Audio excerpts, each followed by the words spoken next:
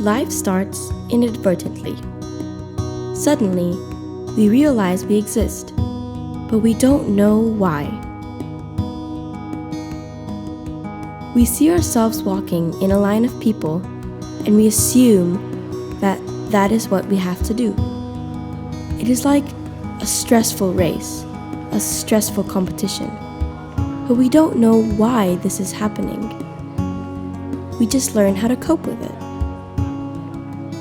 We see others living, and we get ideas about what we like, what we don't like, an illusion of happiness, and what we should and shouldn't do.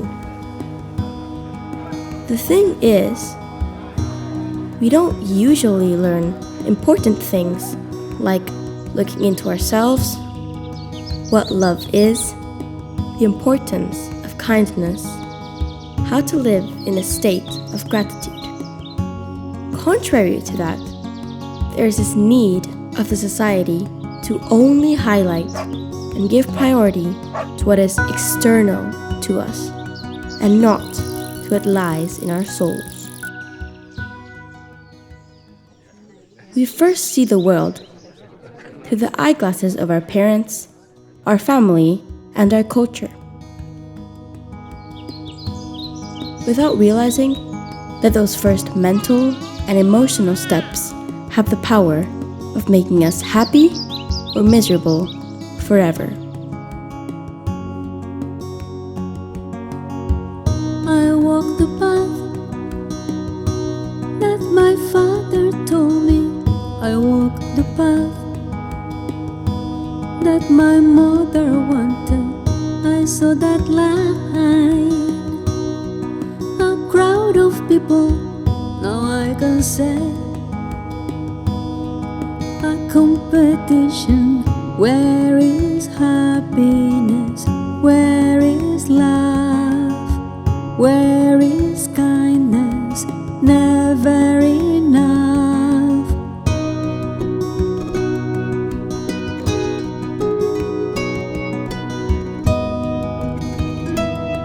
It seems that hidden, subtle, and at the same time strong threads keep us tied to fixed ways of living, preventing us from enjoying the greater picture of life. When we really have a look inside ourselves, when we sit and we take the time to do the important rather than the urgent, it is then when we see a whole world from above. We understand what is really important and see life from all angles, not just from a fixed point of view.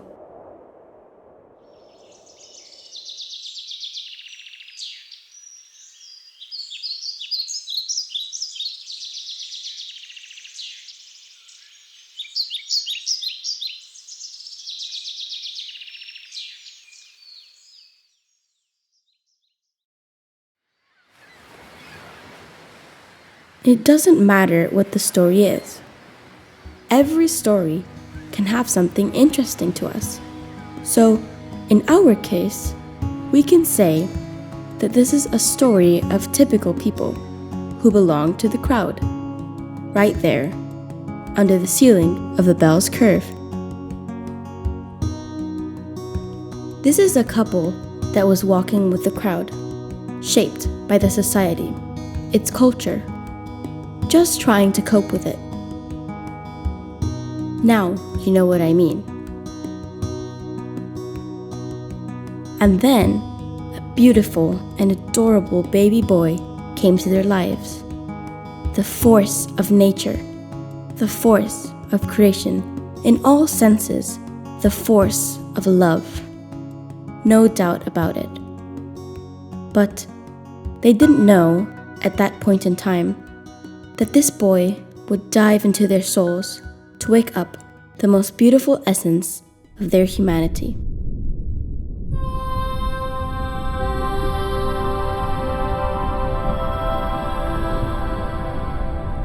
When I knew Simone was going to come into our lives, well, It is difficult to describe the feelings I experienced. It was so huge, so enormous, that I just could not believe it was happening to me. I was happy, yet scared, about having a little person who would depend on us.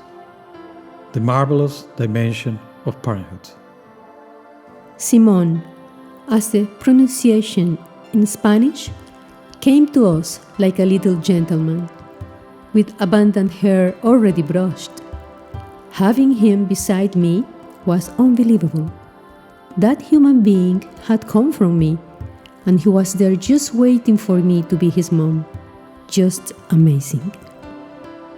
The huge force that a little baby brings.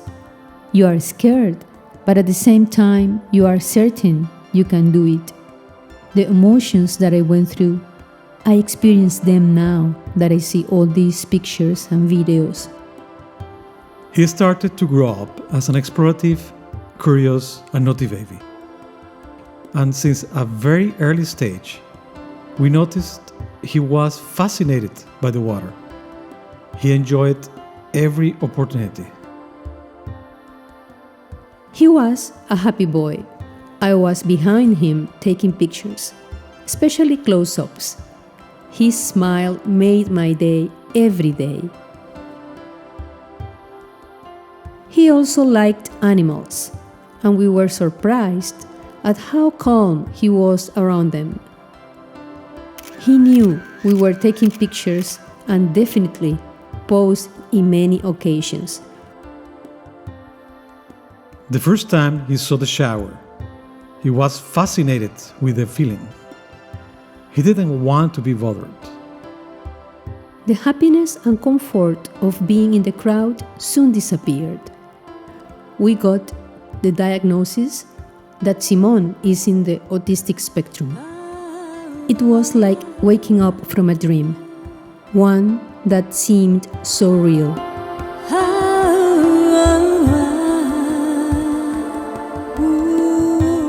I see it like our lives had been a cartoon and that the real us was just appearing on the scene.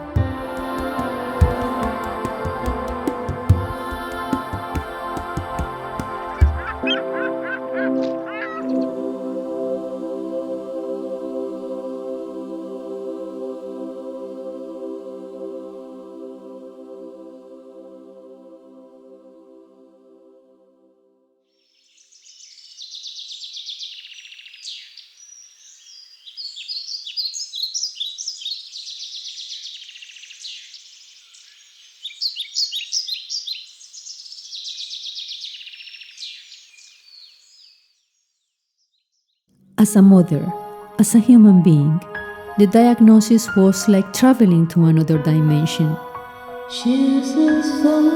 Instantly and without notice, I was transported to an unknown place. With no previous information about it. An immense desert, a huge place, with no roads or signs, at least for taking decisions, where I felt like a dot in the space, where I needed to explore, running up and down, walking, observing, getting excited, thinking something could work, and at some moments, feeling sad and frustrated. Feeling it was just a nightmare and that I would wake up at any time. I felt alone because life continues at the same pace on the outside, where there is a crowd pushing you to continue being what is perceived as normal, but on the inside, there is chaos. Every day brought new beginnings, new hopes, and potentially new therapies would be available. It was like very secretly expecting that specific key to unlock the door of our son's autism.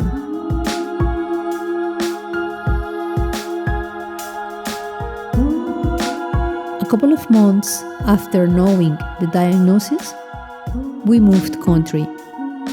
We only took a few suitcases with us, but I made space for 2 special suitcases, which kept the hope alive in my heart. She's a soul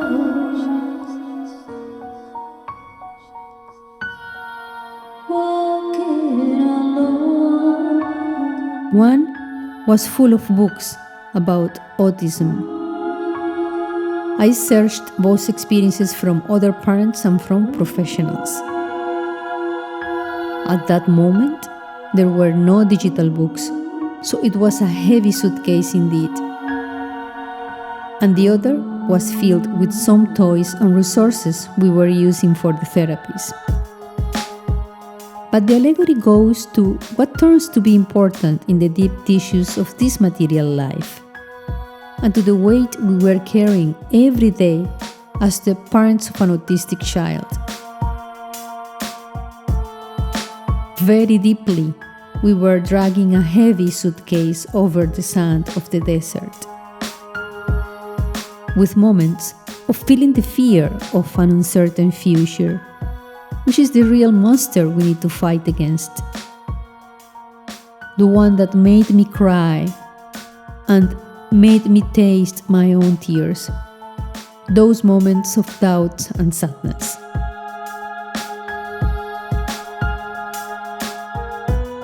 And as always, I got up, dried my tears, comforted my soul, and looked around to continue the search. We continued searching for solutions, being open-minded and feeling even energetic at some points, feeling power, feeling excited about ideas that could work. Trying to balance this load is challenging, so our respect and love to those parents who continue being together under the storm, not knowing what is going to happen, just walking forward. All the love and respect of the universe to those who are alone. Those are our heroines and heroes. And our enormous gratitude to those teachers who have chosen to dedicate their lives to care for our autistic children. As in the absence of words, they use the heart.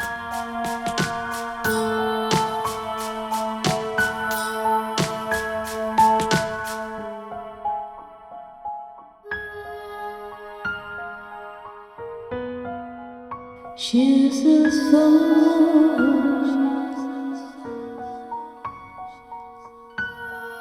walking alone.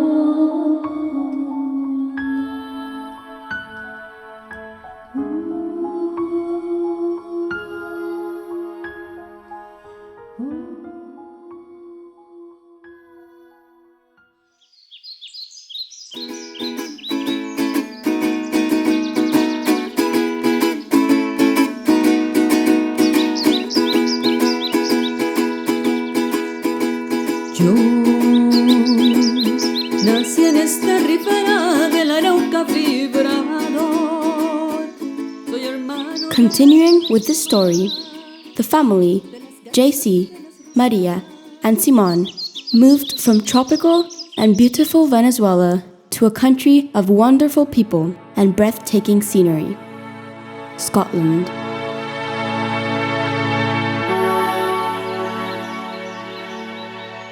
Simon had a happy childhood. We could see his eyes. He was ready to enjoy every moment, every hug, every kiss, and every surprise. He was always ready for love. He loved being in the bath. He never wanted to get out. The feeling of the water around his body always kept him relaxed and happy. He was giving us clues, but we didn't pay the attention that it deserved. In the swimming pool, he was aware of the danger, but he felt protected by me. So he was playing freely. He was walking on the tip of his toes, but that didn't stop him enjoying the moment. He even jumped, so I could catch him.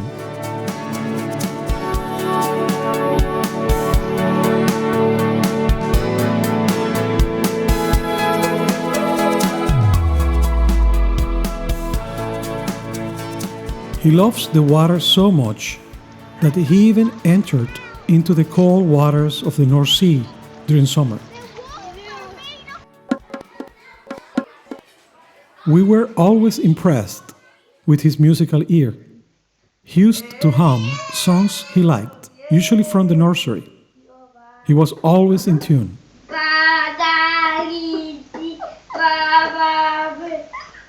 He likes music very much. He even performed for us, using his hat to salute us.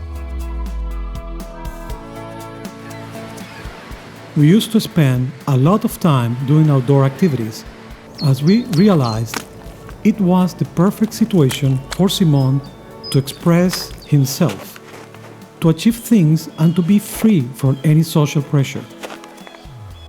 His gross motor skills are impressive, and he became aware of his excellent equilibrium and control over his body. It was amazing to see how easily he went on a climbing wall for the first time that he had the opportunity to. And that was also a clue regarding his good gross motor skills. But at that time, we didn't pay attention to these demonstrations of his abilities. We were so concentrated on his communication therapies and all aspects related to autism approaches. But he was already trying to show us the path.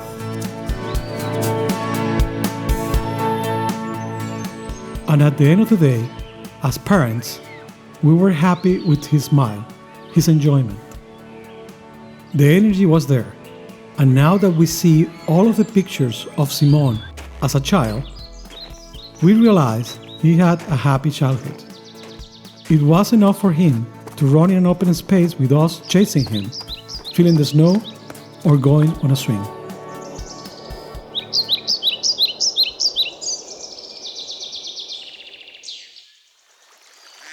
He was not afraid of animals and enjoyed all the opportunities to interact with them.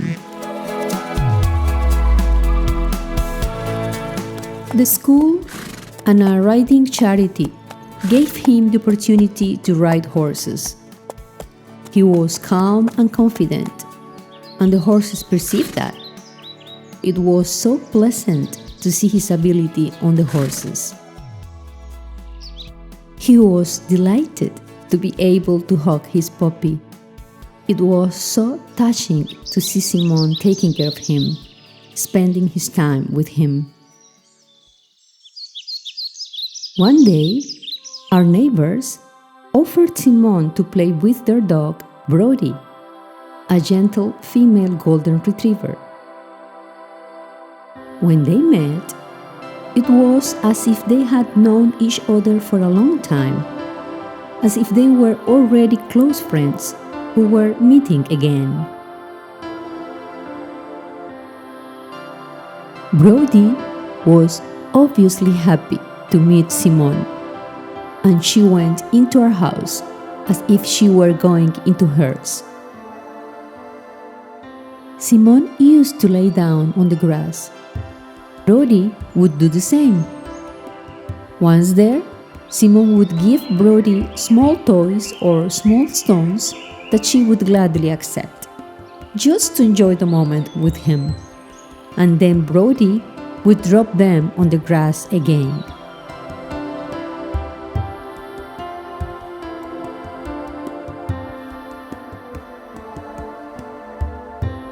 As Brody sometimes spent the night in our house, she used to fall asleep beside the bed. Simon would do the same, falling asleep beside her. One day, when coming back home, we heard Brody barking. She was waiting for Simone. When the car stopped, she was so happy to see Simone that she took a little stone from the front garden and she offered it to Simone. To this day, Brody holds a place in our hearts.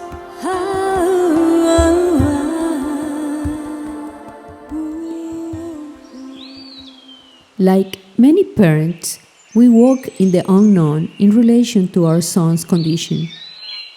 But we are clear that he feels our love, and we also perceive his, and we know that he is fully aware of it.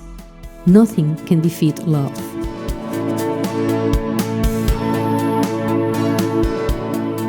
As a mother, I have to admit, I wanted his childhood time to be frozen. I still remember my tears when his first baby tooth fell out, and he still didn't have words to speak. I have been told many times that if a child doesn't develop speech during early childhood, it's over. It will never happen. But now, I know that brain plasticity is real. Simone knew he had limitations in regards to his interaction with other children. So he preferred to play with us, to dance, to ask for tickles, and to laugh with freedom. But the amazing thing is that he was aware of his challenging condition of being nonverbal. He was not hiding inside himself, and he adapted the best he could to every situation he faced. He was my model for pictures. I was always ready to take pictures of him, and he knew that very well. He pretended he didn't know, and he looked far away from me, and those were the best shots. So, how can we say that autistic people are lost in space? Our humanity is so great that we still don't realize our greatness.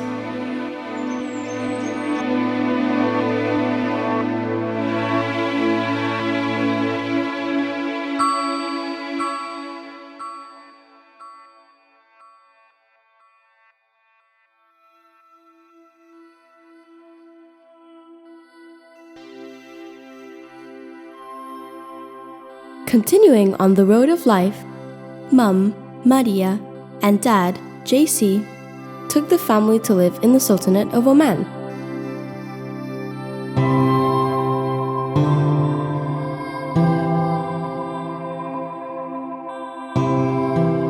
A country of innumerable and impressive natural beauties, being its greatest asset the open and sincere friendship that the Omanis offer to those who visit them, make them feel truly at home. Trips to the beach were now part of their weekly routine, and Simone enjoyed the contact with the sand, the sea breeze, and being the model for family photographs. His excellent gross motor skills continued to show effortlessly day after day.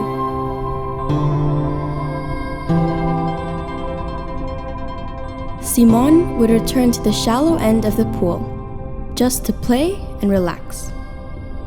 But, without anyone noticing, he began to do trial and error on the buoyancy of his body, relaxing his hands and watching how they floated, and also practiced apnea, all before the eyes of Mom and Dad. But no one knew what he was doing. And the family met Maria Villafañe. Maria has dedicated her life to swimming. She is an instructor for children and teenagers, with a special passion for what she does, and who fell in love with Simone the exact moment she met him.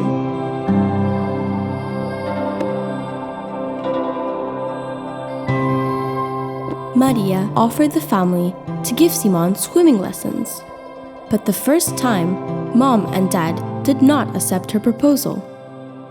They were afraid of the communication barrier and kept taking him to relax on the shore of the beach or to the shallow end of the pool.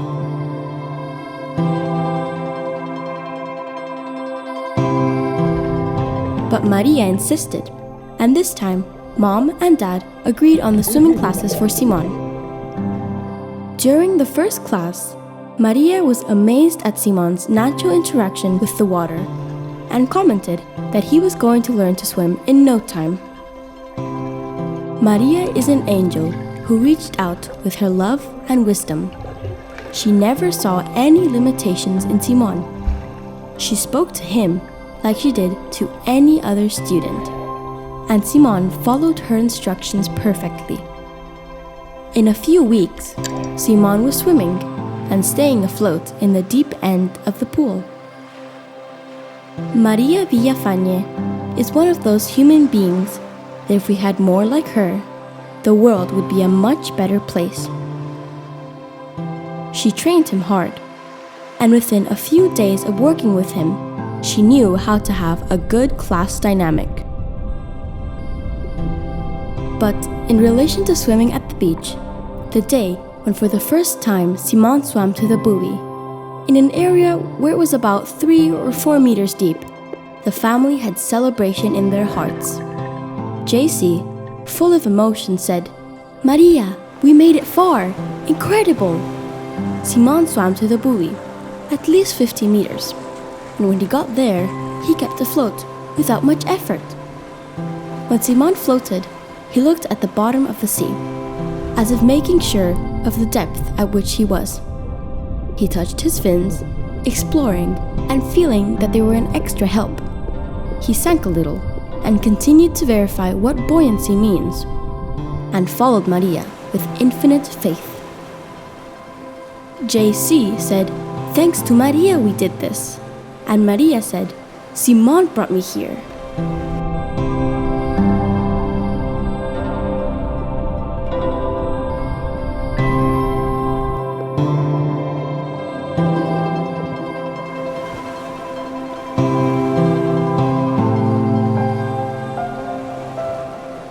When the parental mind only prepares for the worst, it cancels out the possibility of something beautiful happening.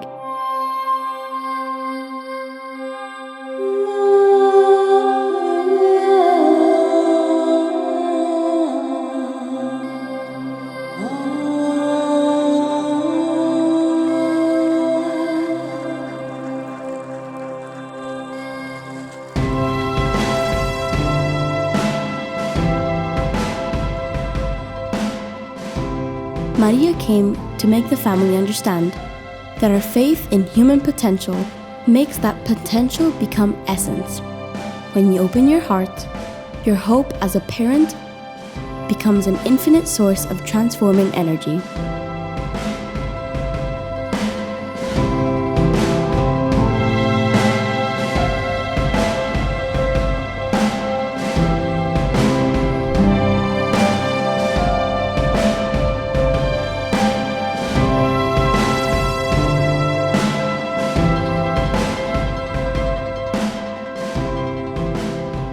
Although Simon learned the conventional stroke swim, Simon insisted on swimming completely submerged, level with the bottom, enjoying the bubbles and the sensation of the water around his body. His happiness was evident. All of the exercises followed Simon's leadership. He decided when to go down, when to come up, and how to swim. Maria continued training and accompanying Simon for 7 beautiful years, at which then she and her family moved to another country. She has a special place in the hearts of our family. She gave our family the most important gift in life: the teaching of not limiting human potential, instead in believing in it.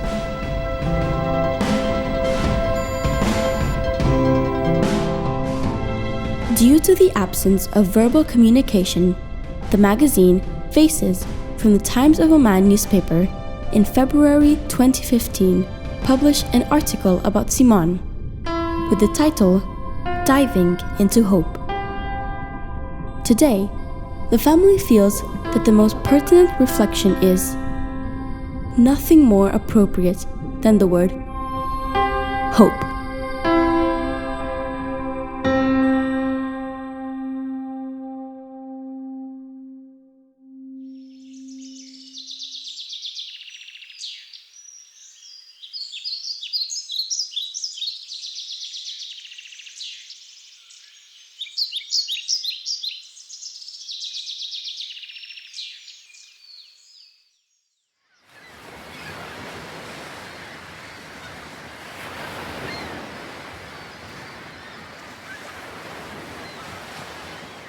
Simone taught us that the limitations were in our mind.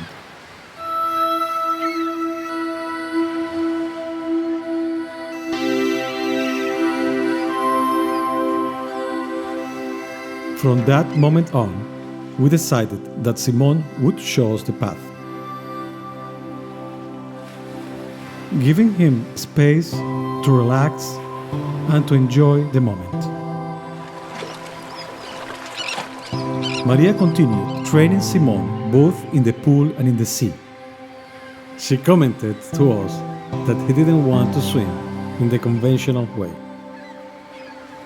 In that moment, I could feel that Simone has a deep connection with the sea.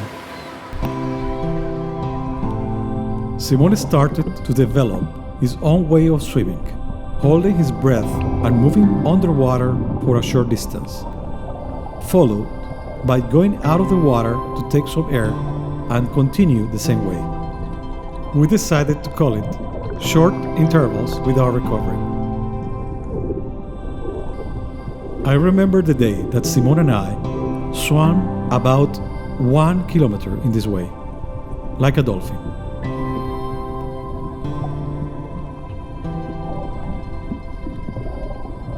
When swimming with Simone, I realized that he started becoming interested in going to the bottom of the sea, about 3 or 4 meters as a maximum at that time. He was freediving. However, I wasn't completely conscious of what it means to practice freediving. And to understand it, I decided in that moment to take professional courses. And that is how I met Jack Jalhuti and Paul Winter. Passionate for the sea, Jagja is a marine biologist and the person that brought freediving to Oman. Paul, a high-performance athlete who combines technique with a great passion for freediving.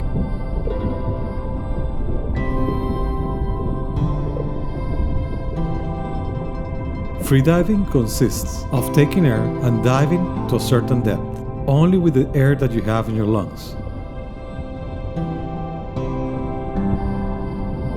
Like Jagja rightly said, without any equipments, without any gears, like a sea mammalian.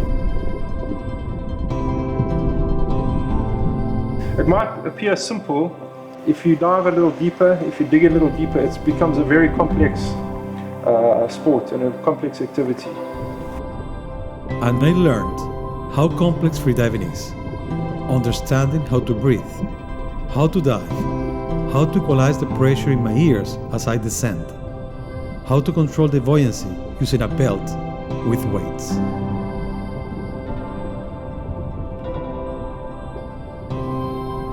Understanding how complex this is, how could I teach this to my son without using words?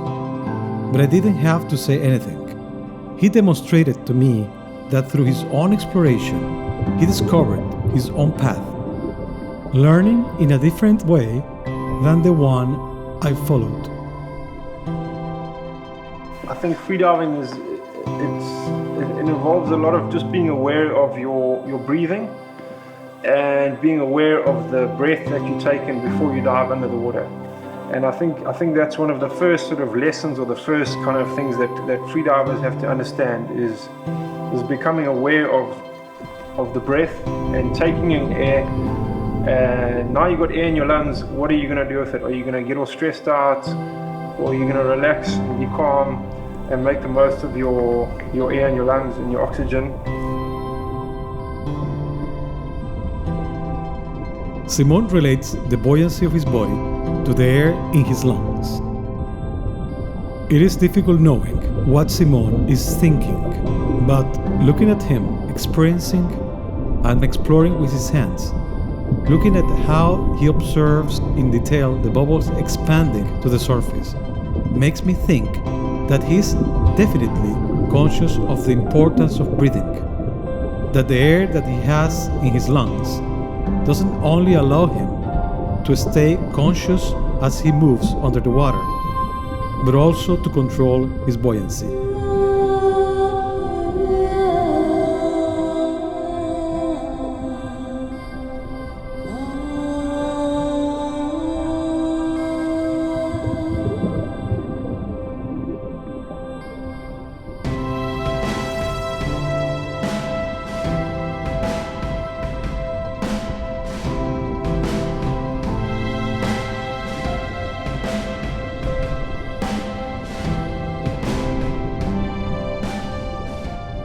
I observed that before Simon dived in, he spent time on the surface in a meditative state.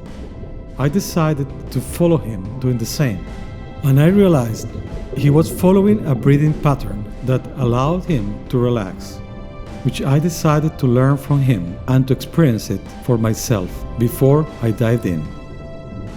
Once again, Simon impressed me.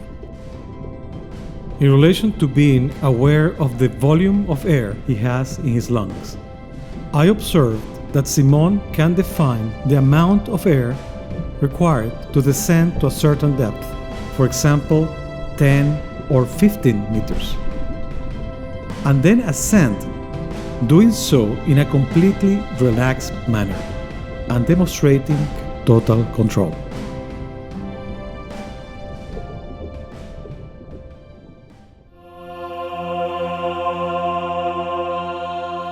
Unlike what is normally practiced, Simon does not need a weight belt to dive in.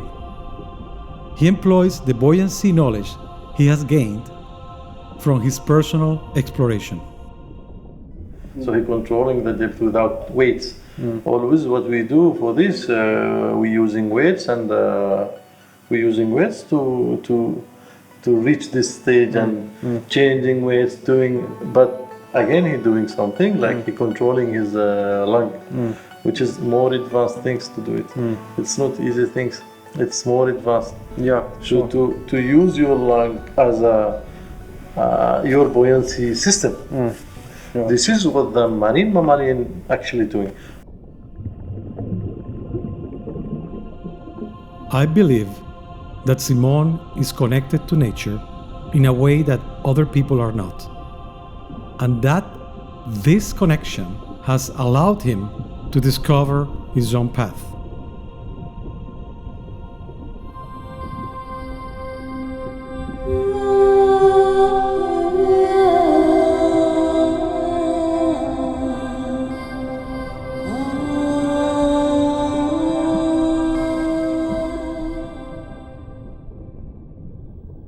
I learned to enter the water using a technique called duck dive. However, Simon developed his own way of entering the water, moving his arms resembling a ballroom dancer. I am sure he feels it is more efficient in that way. It's amazing. I mean, sometimes he's doing, until today, I was discussing with his father that I saw Simon is like exhale, and he go down, he go in easily, very relaxed. When you want to trigger the mammalian dive reflex, you full exhale until the contraction is coming, because the CO2 and a lot of complicated things in the blood. So the mammalian dive reflex will come very fast, and this is, you can find it maybe in some of mammalians. It's kind of like they blew the air and they go deep.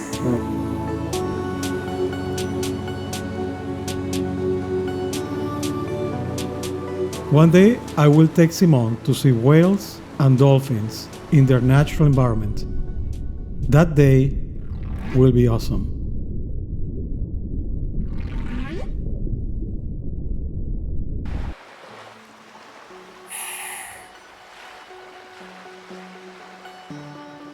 So he was doing this. I don't think so he saw this with anyway in the TVs, or we don't do this actually when we dive, because we are teaching students and we never do this in front of our students. Maybe we do sometime for for performance, like empty lungs dive or like that, but not in front of Simon. But he was doing it, and I have no explanation for this until today. I was thinking how this kid discovered these things. Yeah, sure. Is inspiration actually from where I don't know. So he's a phenomenon. I'm sure from this. I told his father, this boy one day to be like something in top that all he should be under research actually. This is my opinion today, but I'm sure this what I'm talking today about it. It will be in the future is very important thing For sure.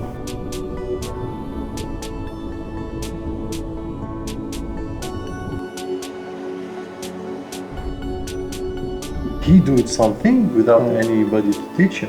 So in my opinion, he's phenomenal. Since I know the free diving, I know things is not normal things. Something really. It is difficult for Yahya to explain this. It is also difficult for us. One of the elements to highlight in relation to Simon's techniques is the progressive equalization. Simon descends up to a certain depth where he feels comfortable. It takes some time and he comes back to the surface. He gets relaxed and he dives again, adapting his body to the pressure changes and repeating these cycles until he reaches the seabed. This shows his high level of awareness in relation to what he's doing. This indicates a high level of understanding about how to equalize.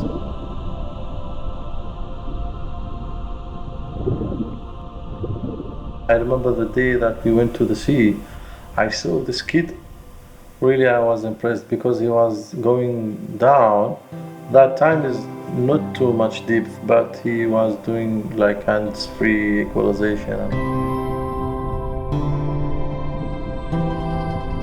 If we talk about his equalization to reach 20 meters, if the divers he reach 20 meters, he's the deep diver, as they call it in the free diving, deep diver. So Simon, he reached 20 or more with hands free.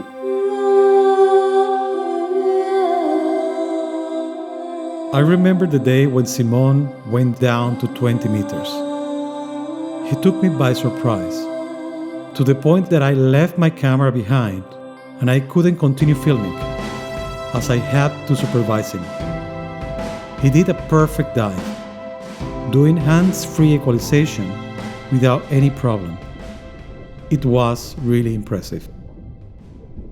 As we know all, hands-free you need to learn it, sometimes for even years.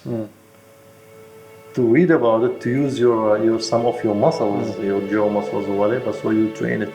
But sometimes it's coming for some people automatically or from God. So what I think in Simon, he discovered this equalization by himself.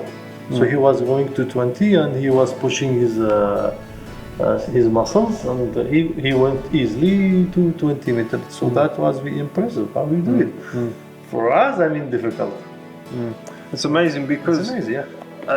if anybody gets into the water, and dives under the water, even at about 1 meter, 2 meters, 3 meters, you're gonna start feeling your ears, the pressure of the water on your ears. You know, so humans have to learn how to equalize the pressure in our ears. Okay, and this can be done, but I think the technique that Simon is using is a very complex technique, and it takes a lot of awareness of your eustachian tubes in your head, and being able to open those eustachian tubes, the sort of your sinuses and your eustachian tubes in your head, it takes a lot of awareness of what's going on inside with your little muscles inside your ears and this kind of thing.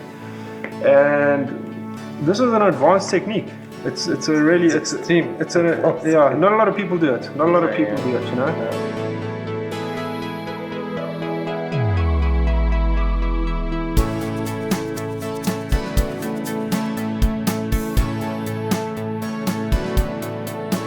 You need somebody to teach you. You need to enter to the courses, to the instructors to teach you. And I have no explanation for this. Until today I was thinking how this kid discovered these things. Yeah, sure. It's inspiration actually from where, I don't know. So he's a phenomenon, I'm sure from this, I told his father. At this point in the interview, we wanted to know if our perception of the learning process that Simon followed was the same for Yahya and Paul. Something that I observed back watching pictures from 2012, he was in the swimming pool, a shallow one, but he was discovering Water. how his hand, when he relaxed the arm, was floating. And to me, it's like he was studying physics. But he was trying and observing and taking note. Okay. So when he went to the deep swimming pool, he already knew how his body would react. He's just feeling the water. So he's like doing symphony and just feeling the water. He tried to be water in the water. So this is, I connected to that book which I read it. For the local guy, he was advising the free diver, telling him, be a water in the water.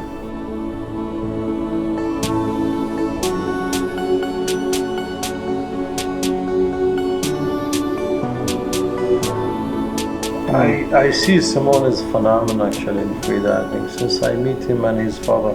That's the truth, that's from my heart, because this is what always I'm telling you. This is what I'm sure one day will be really the topic in the world about this boy. How he discovered by himself. We should look to him, we should learn from him.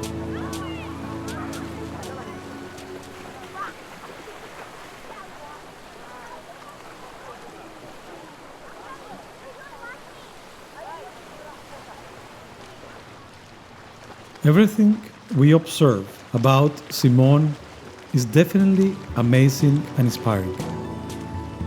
But something even more impressive and unexpected took us by surprise. We were lucky that it was recorded, something that opened our eyes even more.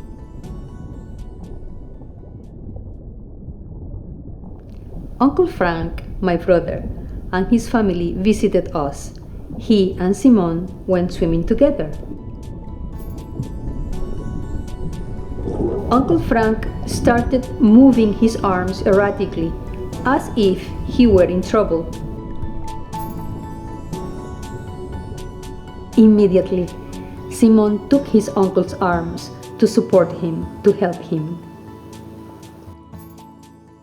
On a second occasion, Simon was freediving with his sister and Maria Villafañe. His sister and Maria were playing sit on the bottom of the sea for as long as possible. However, Maria started to move her arms in a way that made Simon think that she was in trouble. At that moment, Simon decided to go down to rescue Maria, to help her.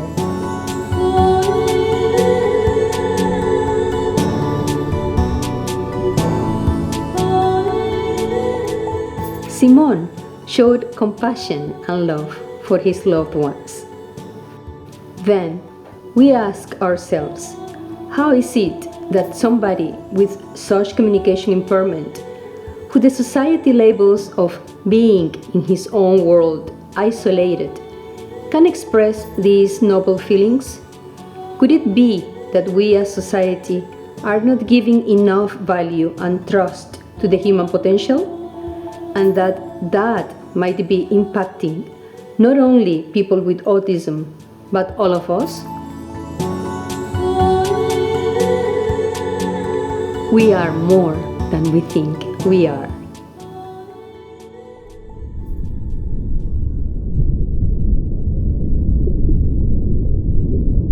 When I start freediving, I feel different. I spend like 5-6 hours in the water, never feel about the hours until today. I go a whole day spending in the water. I feel that day is not enough, and you forget all the things behind you. So it's give you something really how you control your energy. Because in freediving, all what you concentrate the energy, how you save your energy to reach that depth, how you be relaxed, how you close your eyes and just to be in your imagination, and all the things that make you also different person sometimes. We still learn from this boy. Sometimes I learn from him. I look to him. It's like he inspired me. Like he doing a lot of things. One of the things, as we mentioned, he in the water he catch the water like a soil and just doing like these and some things. So he is these things we never did before.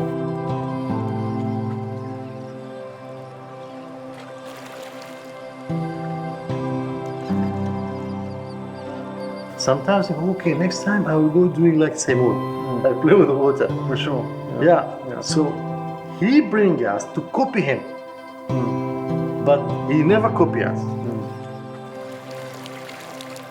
This is truth. Yeah, for sure. This is truth. This is what I feel. Always when I look to him, I want to do something what he did, because I believe he's doing something natural.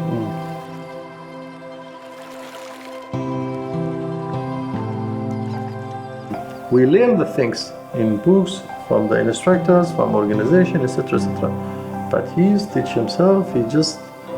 He's following something we don't know.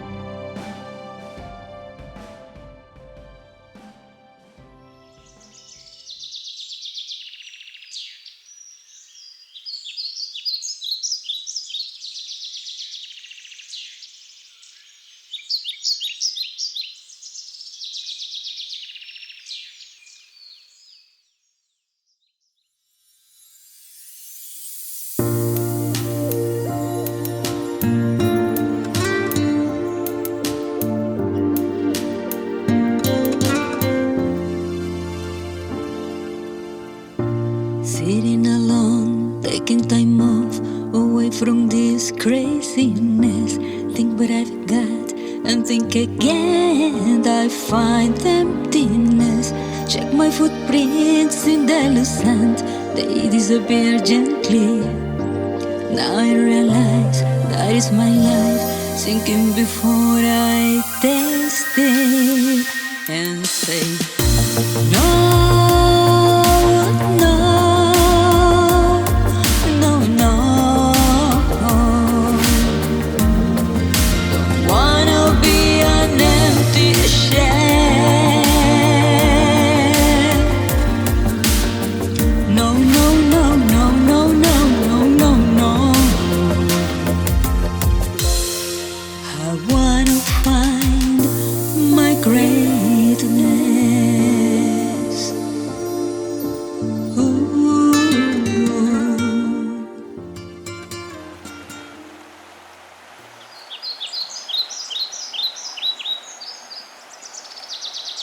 I've always worked with people with autism. I've been in the field for over 20 years now.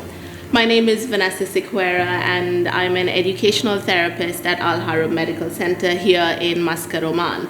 And Maria and I and JC, we first met back in 2012. You guys were fairly new to Muscat at that time, and I was also new enough to private practice. And we connected over your search for an educational program for Simone. I had never quite met someone like Simone. He was almost like an old soul, and there was this, and there still is this quiet, calm, Zen-like demeanor about him, and to me that's what stood out the most at that time. But looking back now, and I think back to when I was working with Simone at home, and we would teach him, the life skills, like washing your hands after the toilet, or brushing your teeth, or washing your plate after he'd finished his meal. And I don't know whether you can remember, how anything that had to do with a running tap, how mesmerized he was by water. And he was almost in like a trance-like state. He would caress the flow of water and very rhythmically manipulate it. However, I do remember writing in my notes, and I used the term under-aroused or under-stimulated. And now when I think back, that's such an inaccurate description of what was actually happening at that time, because Simone was far from under-aroused. In fact, he was almost hyper-stimulated, but not in the way that we are used to seeing.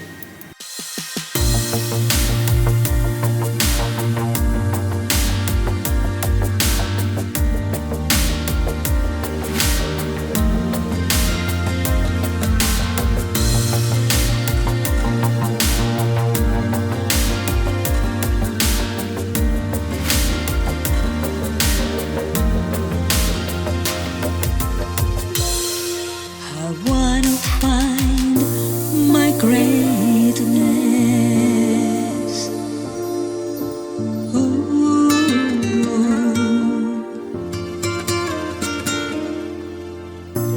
After a while, diving inside, I find the light, my center. Love is the path. Love is the way. Open your heart, open your soul. They never become elder. You can decide, nothing to mind. This is your moment. Take it and say no, no,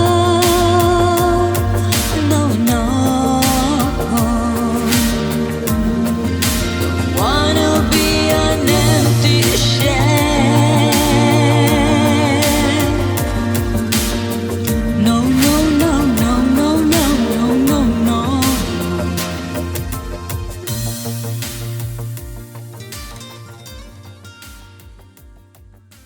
Well, really, Simone is my first encounter of autism. My name is Mazen Al-Yaqoubi. I met Simone through JC. We worked together and he invited me to swim. Knowing that I cannot swim always made me behind and also limited my options in going around in Oman as well.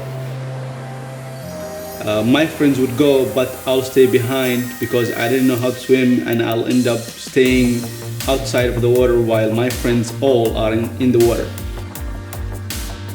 For the first sessions, I would say that I still was anxious, afraid.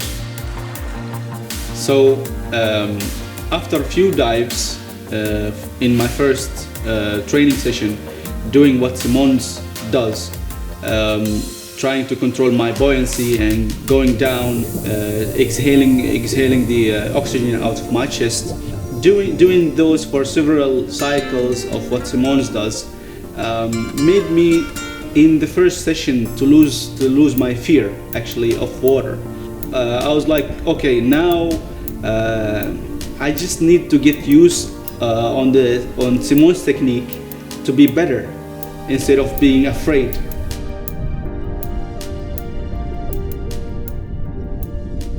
I remember the day when I was with Simon, and I decided to measure the time he stayed on the surface and when he went down.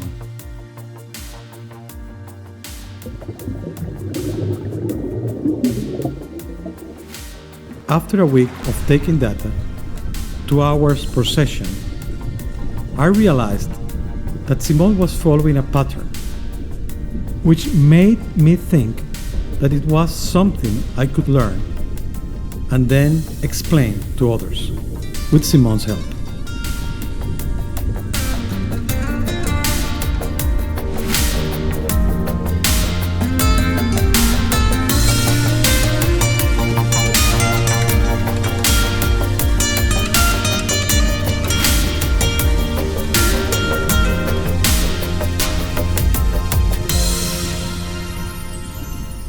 So it took me a while to realize that the trainings that we do are actually translated from JC watching Simon's and what he does.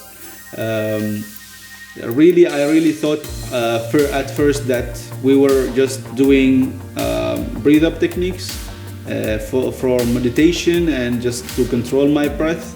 But after realizing that JC has watched Simon's and he facilitated that into and instructed that into my training, I was really impressed.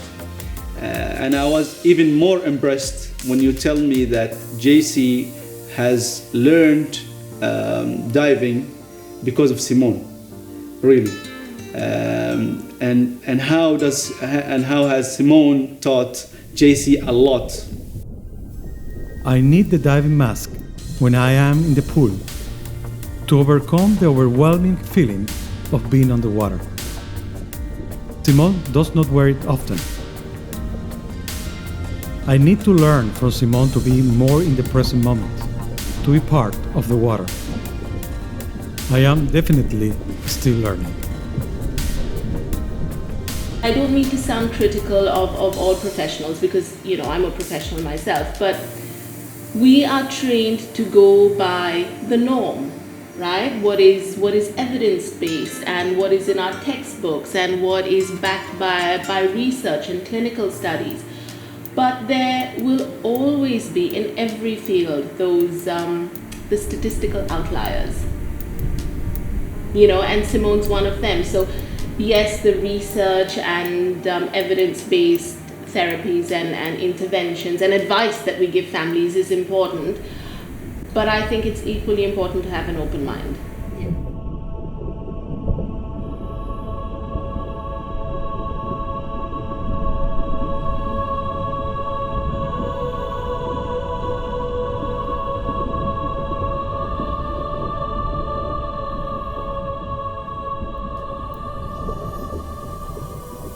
So I still remember JC and I having a discussion about vocational options for Simone. And JC was talking about, I'd really like him to get into photography or some more creative art form. And I thought to myself, okay, and I might have even put it down in my notes like I do, support JC with more realistic career options, realistic vocational goals for Simone. But that's, like you said, that is so limiting and that is so unfair on Simone, right? And my perspective now looking back, because hindsight, my perspective was so limited. And because of Simone, because of my experience with Simone, I think differently now. I still have to consciously remind myself, but I do think differently. And I do know that it is not my place to define the kind of hope or define the kind of future that a child is meant to have.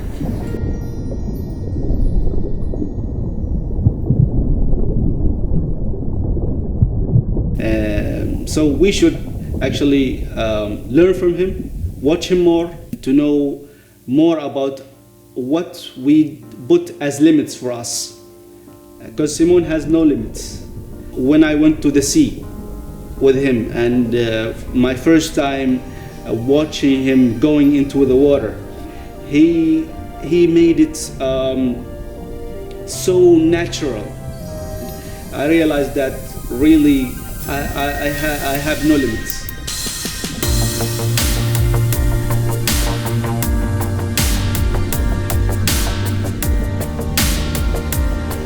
So every time I try to mimic Simone's standing vertically in the water for a few times, I end up quitting after 2 minutes. So I had to get my breath rhythm. Holding the breath would make me. It is so difficult to do what Simone does, and I really cannot imagine doing that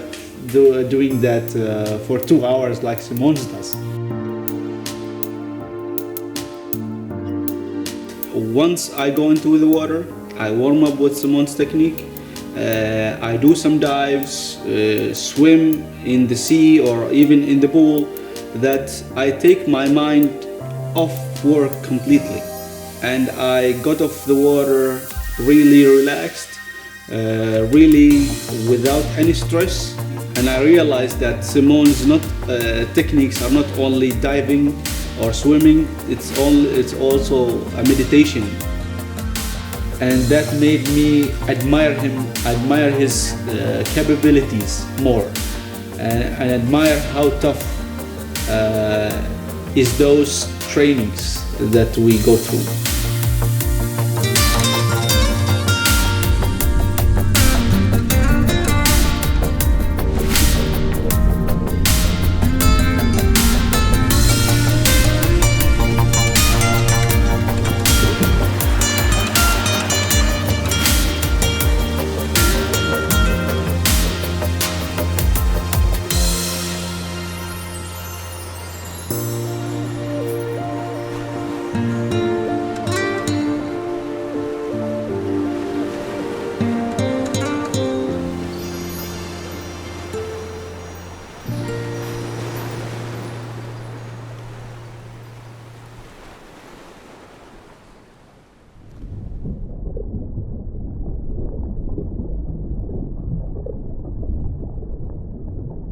How did Simone learn to do these things, right? I think it's 3 variables. One is the way he learns because of his really heightened awareness, right? What we assumed was him being unaware was actually this super awareness, right? So one is that his how he learns. The second is, like with any other person and any other child, it is the opportunity to hone those skills, and that's something you and JC have done, with your countless trips to the pool and the beach. You gave him that opportunity. And then it's the belief that you and JC had in him, and I can't tell whether you ever doubted it. I mean, there may have been moments where you doubted your belief in him, but I do know that you fought it. You fought any doubts, and it was belief all the way, relentlessly.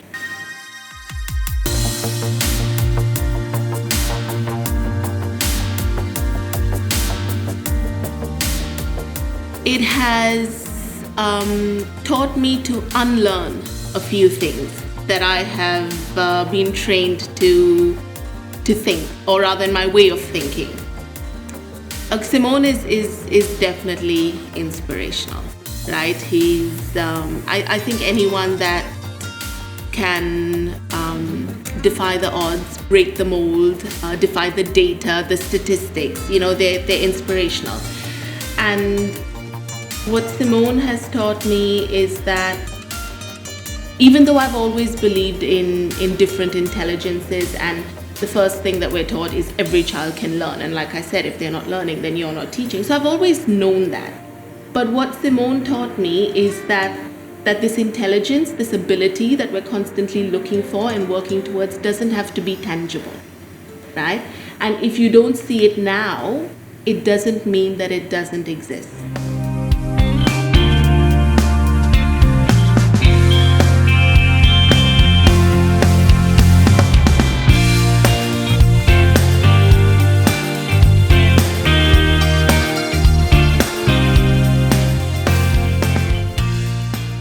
what Simone reminded me this morning, when I was thinking about what I'd say to you, is it's okay, even though I don't see any quote unquote strengths in either my own children or the children that I work with. It's okay if I don't see that now.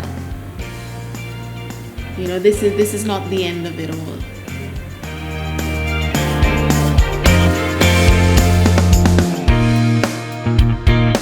But you know what that is, Maria? That's us operate as a parent now, right? If I talk as a parent, that's us operating on the basis of fear. What I need to do is just surrender, accept and surrender. And I think once you do that, and it's not something that can happen like this, it's something that you have to work towards, and you have moments of complete acceptance, and then you have moments of very, very ugly crying. But I think once you accept and once you surrender, then you start making decisions based on the opposite of fear. Then you're basing decisions on hope.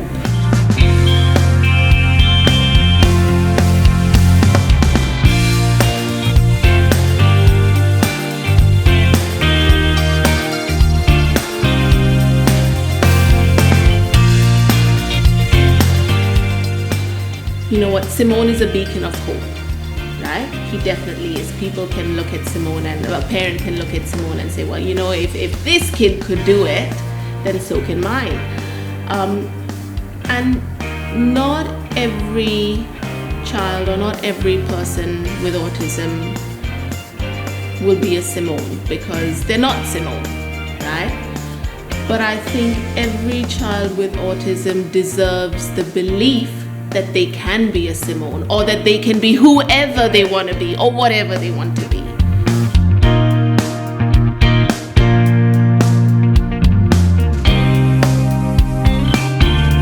So in essence, UNJC made Simone, but he's actually made you.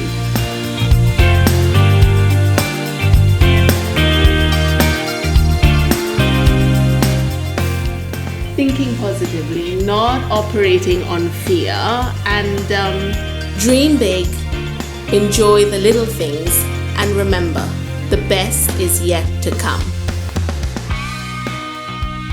If all of us thought the best is yet to come, then I think we'd just work differently.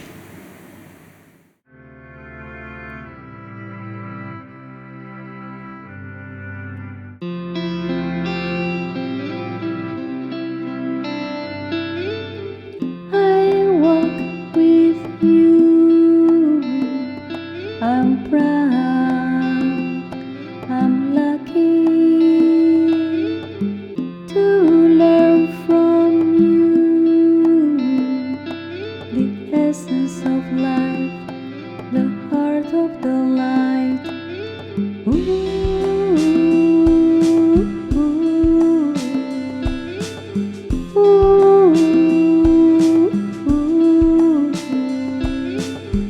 Thank you for giving me love. Thank you for raising my soul.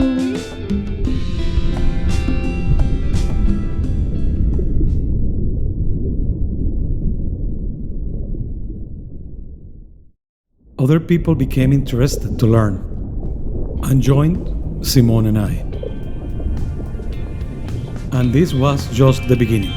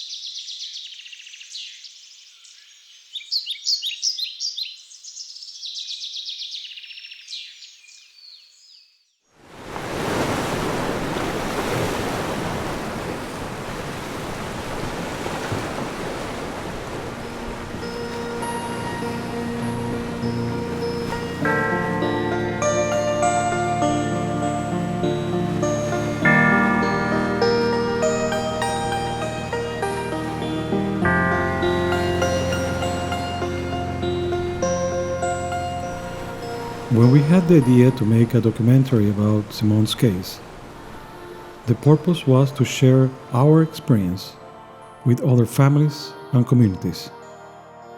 However, during the process, the learning turned out to be for ourselves, as parents, as human beings.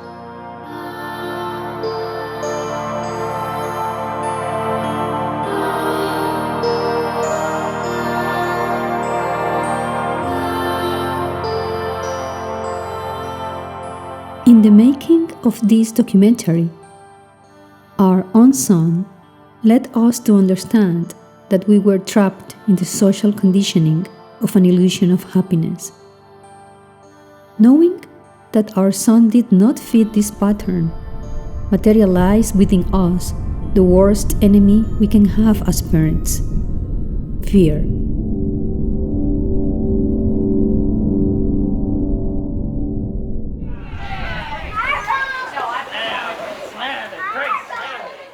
That fear of an uncertain future, of not having a place in society.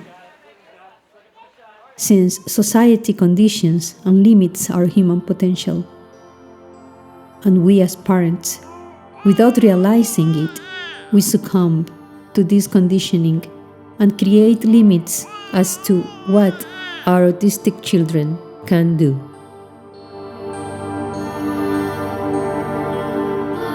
That fear became limitations for the development of our son's potential.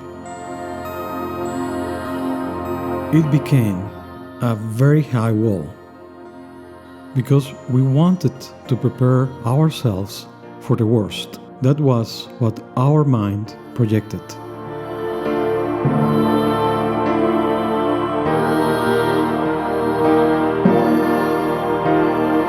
The sadness of thinking that there was no future denied us the possibility of something different, something beautiful happening.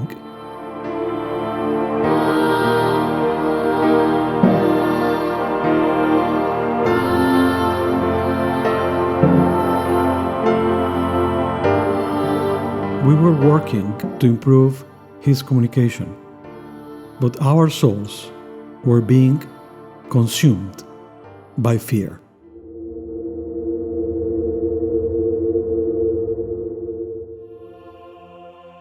It was only when we eliminated those fears that we started to feel life differently, and unexpected events began to occur and surprise us.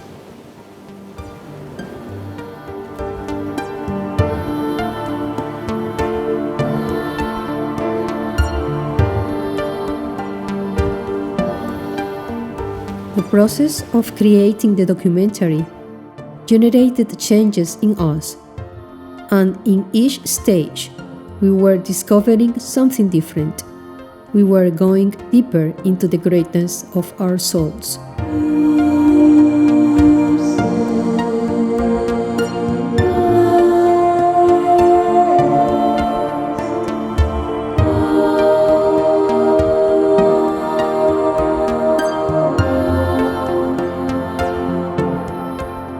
Our own son has become our teacher, and Maria Villafañe has been the angel that has guided us on that path of light. She told us, Simone can learn. Of course he can. and then Simone not only learned, but showed that the potential of the human being is enormous, and in many occasions, it is underestimated by social standards. Through Simone, I got into meditation.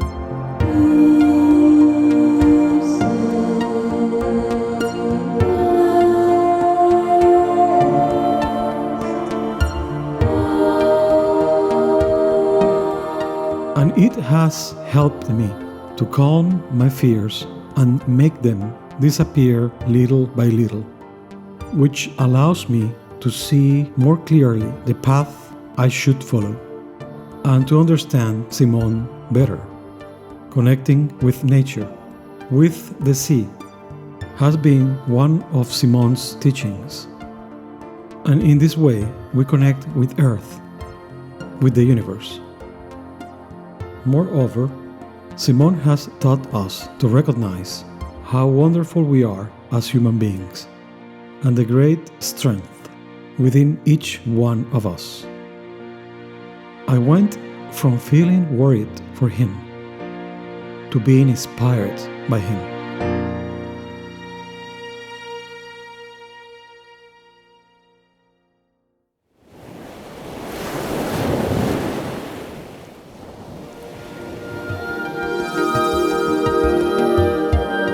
With this documentary, we want to let the testimony of our hearts fly.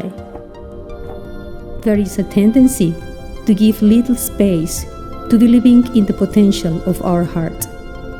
And it has power. And our parental heart is full of love, which is the most powerful force in the universe. And our autistic children have a great heart. They are not contaminated with the social ego. Only something beautiful can come out of letting those two hearts join forces. We want the energy of that love to be imprinted in the infinite space. Someone, even if it is only one person, will receive it and make that love grow to some extent. And that will be a reward for us. We are not saying that freediving is a treatment or therapy for these cases. It should be practiced in a team of experienced people and never alone, as diving while holding your breath could be dangerous. We continue to work with Simon to improve his communication. But now we do it with our hearts renewed and taken on the road without fear, with lots of energy and feeling life in its beautiful magnitude, experiencing the true strength of love.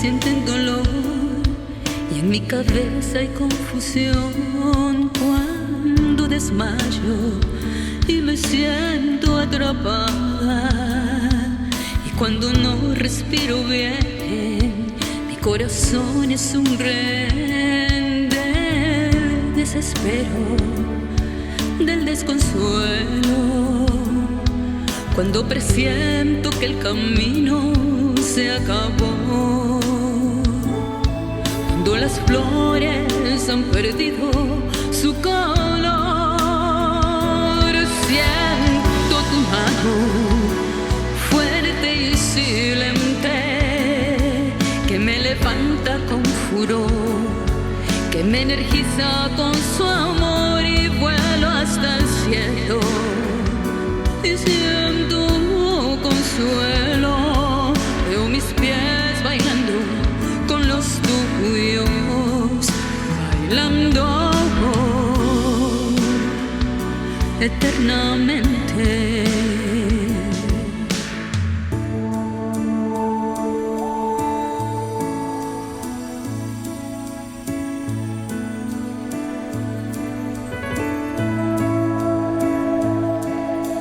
Y en el camino un huracán dice que nos va a destrozar, ya no le creo, tu fuerza poseo. Y cuando el tiempo avanza más, todo con más claridad, somos más fuertes, sobrevivientes y la grandeza de este amor que crece más nos da la fuerza para salir y volar.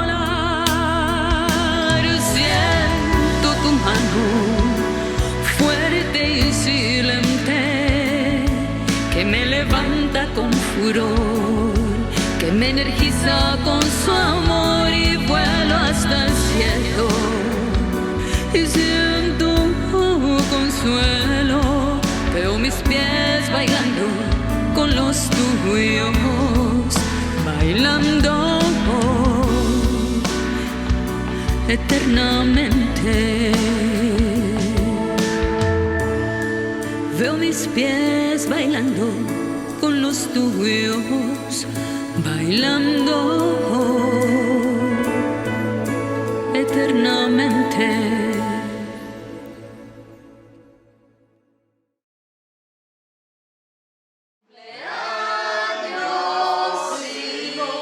For us, Simon and all human beings like him and with other special needs represent the call of the elephants, the call of compassion.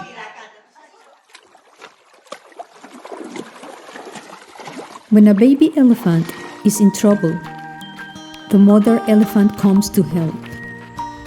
But also the other adult female elephants come to the baby's aid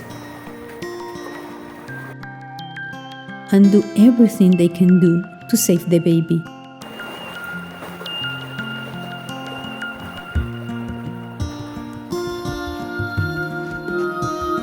In this herd of orphaned elephants in Hoedspruit, South Africa, both males and females welcome new members like Kanisha, because they recognize that, like them, the new members have also been through a trauma, and they do everything possible to integrate them into the herd.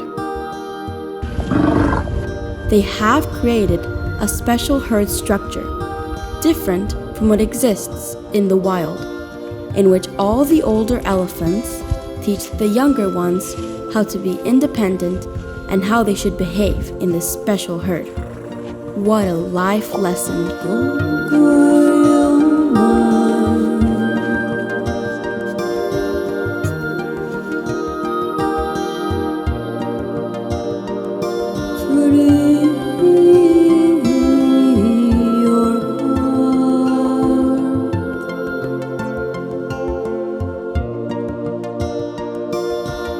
When you realize the situation of your child, you wish there was more kindness and love in the world. You wish there was a herd of elephants to give you a hand.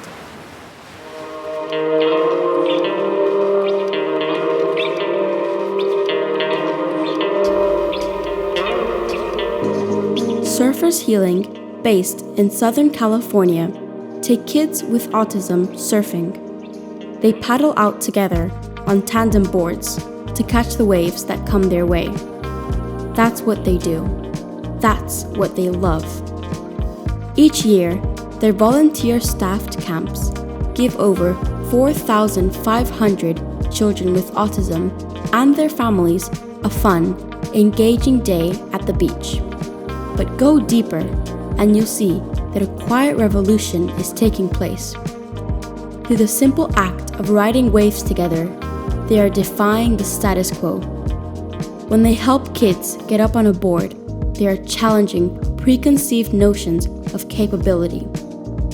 When they encourage participants to dive in, they are empowering them to engage with the world. And when they ride the waves together, they are affirming that every person is a gift.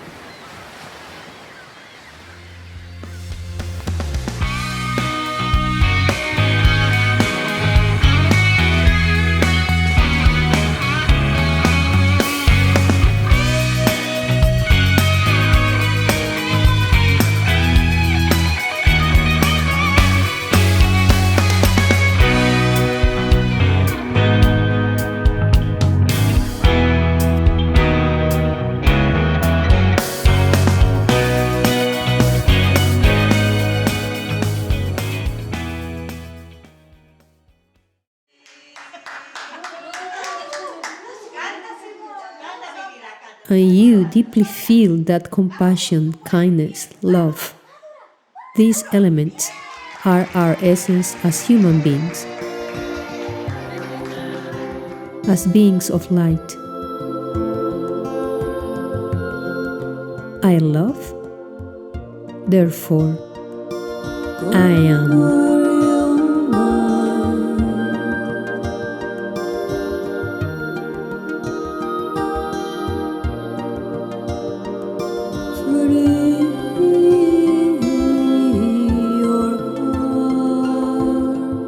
This documentary is Simon's testimony to the world, the testimony of believing in ourselves, in the greatness of our human nature, because we are more than we think we are.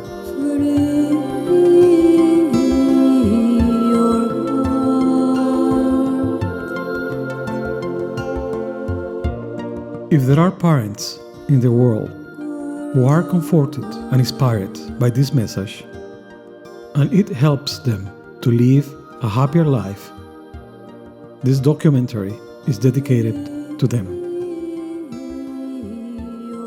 We want to pay tribute to all these parents for their love and dedication, to all the teachers who dedicate their lives and efforts to obtain a smile from the children, to all the therapists and professionals who reach out and help parents to free themselves from their fears, as Maria Villafañe did with us, and to have more hope in our hearts, and also, of course, to all our children, adolescents and adults.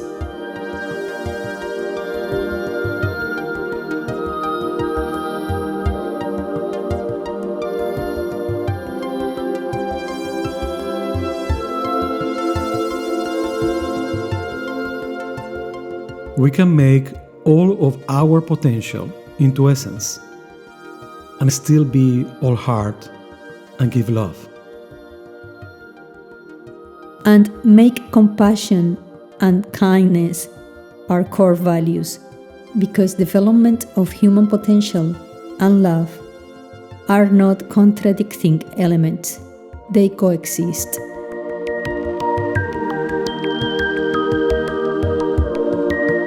Come with me and enter my world. Do not be afraid, because I love you.